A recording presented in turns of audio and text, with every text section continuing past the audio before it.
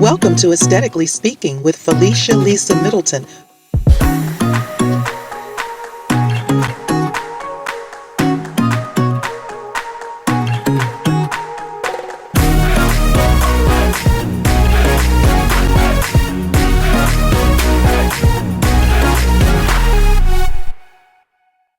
Hello and welcome again to Aesthetically Speaking, where we are building conversations about Philadelphia's locations.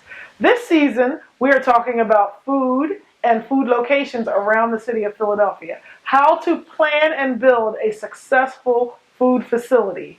I am Felicia Middleton, the foodie builder, creating tasty spaces around Philadelphia and beyond. This season we have Chef Yolanda Lockhart Davis of Salt, Pepper, and Soul. Welcome, Yolanda Lockhart Davis. How are you today? Thank you so much, Felicia. I'm so happy to be here. Again, my name is Chef Yolanda Lockhart Davis. I'm the owner of Salt, Pepper, and Soul. I am a food service consultant. So I'm so honored to sit here with Felicia. All season long, we're going to talk about all the things, all the details that you need to pay attention to in order to create a successful, tasty space. Now, Yolanda has worked with me on several projects, really starting out at the Bourse in Philadelphia, where we worked on a few restaurants and also some consulting on some clients that I have in 2019.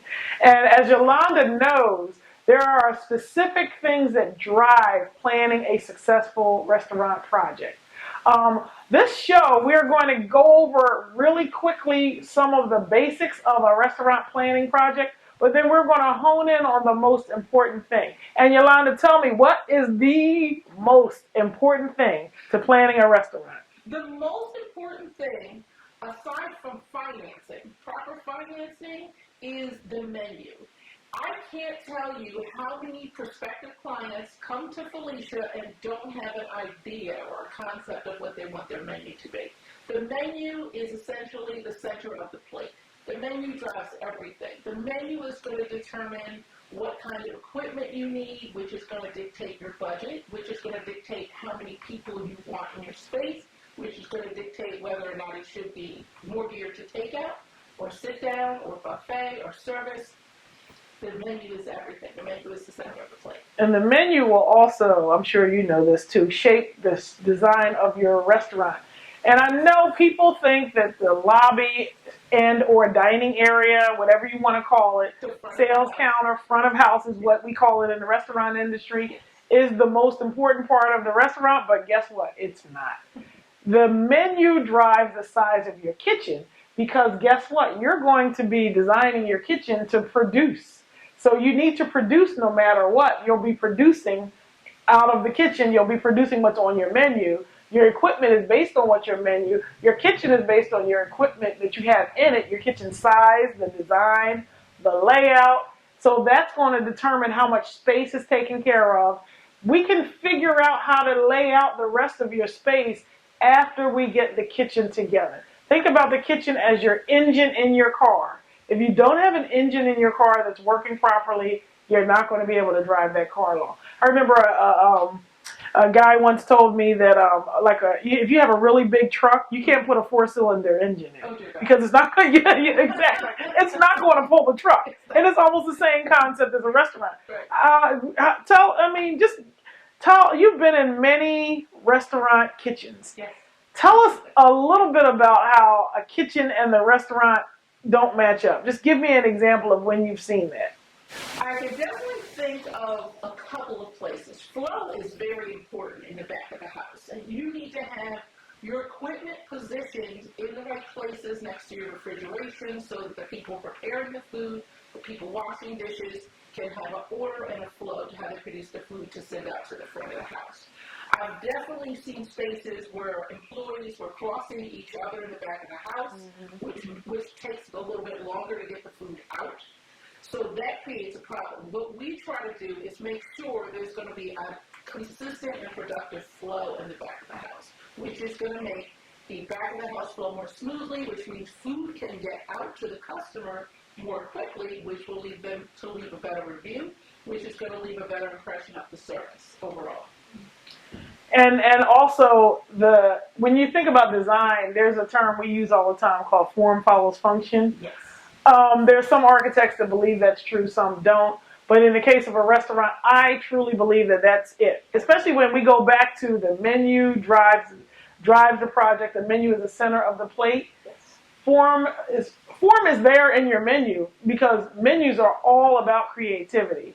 But the function of that kitchen is what's going to come first, and then the form of the entire project is going to follow that function.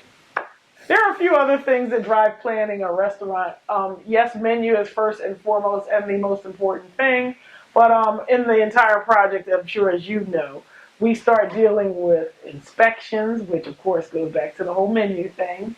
We start dealing with construction planning. We deal with budget, like you said, because the budget is what's driving the actual project. You cannot actually build your project if you don't have your budget together. So just in the whole scheme of things, if we look at how if we're going through the whole process of planning a kitchen, there's the menu, there's the location, of course, which is huge. There's your budget, which is very important. You have to have your financing. I cannot tell you how many times I talk with someone and I give them a very realistic cost of what a price for a restaurant would be, your main restaurant. It's going to cost you about $250,000. Then just think of that in the beginning. Of course, you can bring that cost down, but you have to do some serious planning and budgeting. You have to do things creatively, go to auctions. Maybe you might do some creativity when it comes to your construction. But overall, the budget is huge. Now, I'm sure you know this. We always deal with people that you tell them that, and $250,000. What do they say? Like, that's not in my budget. Yeah, I'm not spending that much money. Or even worse, they say, "Oh, that's not a problem." Yes, Those are my favorite. and then it becomes a problem. So now $250,000. When I say that, I'm talking facility only. So tell us some more things that you know of that comes into the budget. That covers facility only. That's not covering your food. That's not covering your small wares, what you're going to put food in when you're prepping your food. That's not covering your staff. You need an initial staff to get the food from the back of the house to the front of the house to represent your brand to the customers in the dining space. $250,000 does not cover that. People are not thinking about that. There is an extremely high failure rate among restaurants. I believe it's something like 76% of all restaurants fail within the first 5 years. 44% fail within the first year. What we're trying to do is bring that number down, at least among the clients that we've had the chance to work with. And what we want to do, I'm sure you'll agree with this, is we want to make sure we can give you everything you need in the beginning. When you open up your restaurant, we want to make sure you know all of these issues when you go in. So if you have only $115,000, you're going to say, you know what, it's not the right time. Right. Let's slow this down. Or maybe you'll get a pen and pencil out and say, maybe I'll open up a food truck instead. Right. Maybe I'll open up in an existing space, because one of the great ways to save money when you're planning a restaurant is to find an existing restaurant and just retrofit it. Yes. You know, you have equipment that's already there. That the equipment will cost you so much in your restaurant planning. I've seen equipment at $100,000, easy, for small spaces. So your equipment's going to drive a lot of the restaurant costs. And again, we're circling back to the same thing we were talking about before. Equipment, menu. So let's not try to think we're going to find things that are prepared in advance and you can just pop them in somewhere, because if you're planning a restaurant where you have a full kitchen, that's not going to work, right? You're going to need a hood, and a hood's going to cost you at least $10,000. I've seen hoods go up to $20,000. So there's a definite expense in planning a restaurant. There are ways to bring that price down, but you have to be creative and you have to plan it and you have to be very detailed. You have to also take into consideration those annoying licensing and permit fees. Yes. That's one of the things I help people with. There's a document produced by City of Philadelphia that does a fantastic job of summarizing the whole process of opening a food operation. I walk a client through in great detail each one of the licenses that are required and the costs associated with it, and which one has to happen when, because you can't get one until you get the one prior. All of those are important. And see, there's licenses and then there's permits. Yes. So when she's talking about licenses, there's licenses with regards to you preparing food, with regards to your actual food facility. Then there are permits, and you can end up getting sometimes about 6 permits. And I've seen the look of shock on my clients' faces when I mention that to them, because there's a building permit, there's a zoning permit, there's a mechanical permit, electrical permit, plumbing permit, and then there's also sometimes fire permits. So there's all of these permits, and you can't get away from them. Unless, again, let's go back to you finding a facility that you're retrofitting, you know.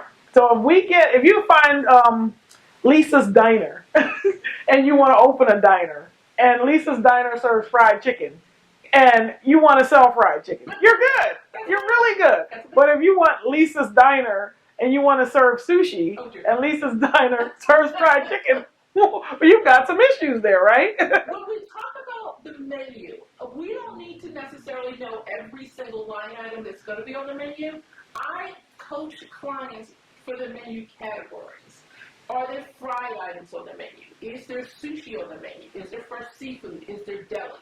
Well, I'm looking for menu categories, because each category of the menu may require specific equipment, may require a specific health code. And tell us about what happens with the sushi, Yes. or there's a meat. There's certain kinds of meats, Yes. that they're prepared a certain way. Yes. And let's go back to those licenses, those pesky health department applications, and some of the things that are on there. I never say it right. It's a plan. You say it. I can't say it right. HAACP. Yes. Hazard analysis and critical control points. Yes. Hazard analysis and hazard planning is something that I do. It is especially critical for restaurants that are serving any kind of raw seafood, any kind of deli meats, any food that presents a risk of foodborne illnesses. Everybody has heard the stories of the issues with Chipotle. We make sure that our clients will not have those issues, and they know how to prevent those issues. From the time they open and moving forward, I help clients prepare for their first inspection and every inspection after that. And that's why we are so intent about understanding what the menu is going to be. Because you have to know what to expect when you're inspected. Absolutely. That's huge. So we get into conversations with people about, your food inspections coming along. Yes. What that application, once you get past that application, you're doing pretty good. Yes. You're doing okay with as long as you can deal with the HACCP plan, the employee health plan. These are all pieces that go into that food application.